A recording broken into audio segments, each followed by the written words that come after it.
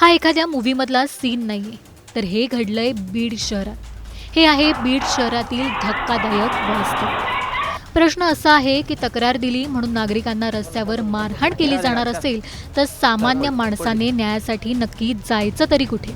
आरोप असा आहे की आरोपींनी तक्रारदाराला उघडपणे धमकी दिली. गुन्ह्यातून नाव काढून घे, नाहीतर तुलाच 307 मध्ये अडकव. आता प्रश्न हा आहे की बीड शहरात नक्की चाललंय काय? गुन्हेगारांमधली कायद्याची भीती संपलीये का? आणि सर्वात महत्त्वाचा सवाल म्हणजे गुन्हेगार एवढे बेधडक कसे? त्यांना कुणाचा वर्दहस्त आहे का? बीडचे पोलीस नेमके करतायत तरी काय?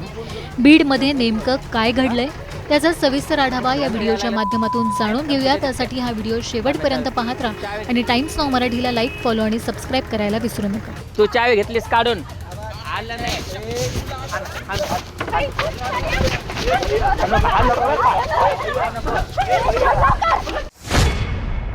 बीड शहरातून पुन्हा एकदा दहशतीची घटना समोर आली. शहरातील व्यावसायिक सदाशिव कोकाट आणि त्यांचा मुलगा हे दोघे बाईकवरून हॉस्पिटलला जाण्यासाठी निघाले होते.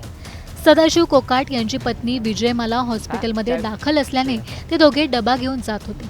हे दोघेही बाईकवरून गणपती मंदिराजवळ आले आणि पाठीमागून एक भरधाव स्कूटी त्यांना आडवी घालण्यात आली. स्कूटी अचानक समोर आल्याने मुलाने इमर्जन्सी ब्रेक दाबून बाईक थांबवली आणि स्कूटीवरून आलेल्या 2 तरुणींनी कोकाट यांच्या बाईकची चावी काढून घेतली. गाडी चावी चल पोलीस स्टेशनला चल.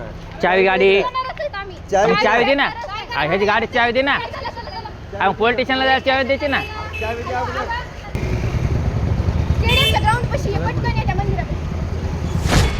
माझं नाव गुन्ह्यात का टाकलं याचा जाब विचारत भर रस्त्यात सदाशिव कोकाट आणि त्यांचा मुलगा ज्ञानेश्वर कोकाट यांना अडवलं. इतकंच नाही तर त्या दोघांनी फोन करून त्यांच्या आणखी साथीदारांना बोलवून घेतलं.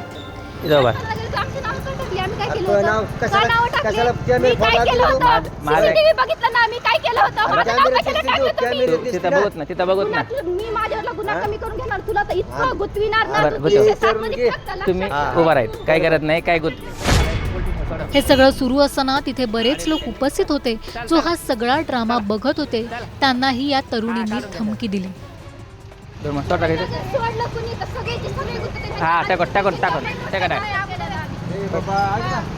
सोड नका बसता. चला इकडे आपल्याकडे मोठं काढ चलवत राहा खाली. त्या दोन्ही तरुणींचे साथीदार तिथे पोहोचल्यानंतर कोकाट पिता पुत्राला काठ्यांनी बेदम मारहाण करण्यात आली. अगदी अश्लील शिवीगाळ सुद्धा केली. घटनास्थळी उपस्थित लोकांचा आवाज व्हिडिओत स्पष्ट ऐकू येतो.